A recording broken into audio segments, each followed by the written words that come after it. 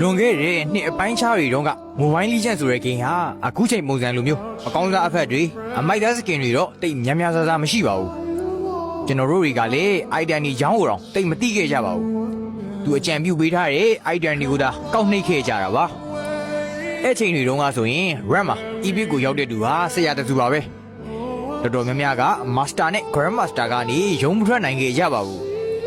အဲ့ချိန်တွေတုန်းကဆိုရင်စေးထိုးလို့ထိုးမှန်းတော့မသိခဲ့ကြပါဘူး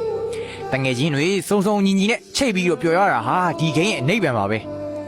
အဲ့ချိန်တွေတုန်းက MMBB e-sport လောကမှာမြန်မာနိုင်ငံက e-sport player ဆိုတာလေတော်တော်ရှားပါတယ်